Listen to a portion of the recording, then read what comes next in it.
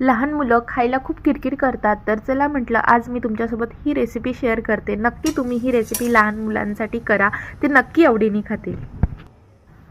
त्यासाठी लागणारं साहित्य पनीर घ्यायचं आहे, त्यानंतर कणिक मळून घ्यायची आहे, हळद, हिंग, चवीनुसार मीठ, कस्तुरी मेथी आणि कोथिंबीर।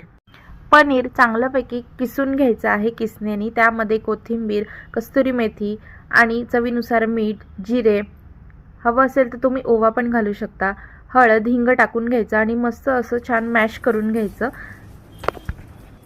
ते चांगलं मॅश झालं की 2 मिनिटं ठेवायचं आणि मस्त छानपैकी उंडा लाटून घ्यायचा कणकेचा आणि त्याला साईडनी तूप लावून घ्यायचं आणि असा गोलसा आकार करून घ्यायचा आणि त्याच्यामध्ये सगळं आपलं मिश्रण जास्त प्रमाणात टाकायचं आहे। त्याच्यामध्ये ते सगळीकडे असं पसरलं पाहिजे या दृष्टिकोनाने आणि कडेने पण तूप लावून घ्यायचं, जेणेकरून आपली ती पारी जी गोल झाली आहे ती।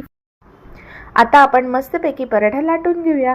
लाटण्या अगोदर सगळ्या साईडनी पनीर असं पसरवायचं आहे, म्हणजे हाताने प्रेस करून घ्यायचं आहे उंड्याला, जेणेकरून पनीर बाहेर येणार नाही। मी दाखवल्याप्रमाणे नक्की करा, म्हणजे आपला पराठा उत्तम लाटला जाईल। आता छानपैकी पराठा तयार झालेला आहे आणि तो आपण तव्यावरती छानसा शेकून घेऊयात। मस्त साजूक तूप टाकून छानसा भाजून घ्यायचा आहे। मुलं अगदी आवडीने खातात हा पराठा, प्रियांशीला पण खूप आवडतो पनीर पराठा। तुम्ही देखील ही रेसिपी नक्की ट्राय करा, हेल्दी आहे, टेस्टी आहे। आणि कशी वाटली ही रेसिपी मला नक्की कमेंट्समध्ये सांगा। तुम्ही नुसते व्हिडिओ बघता पण सबस्क्राईब करत नाही, तर नक्की सबस्क्राईब करा। बाय।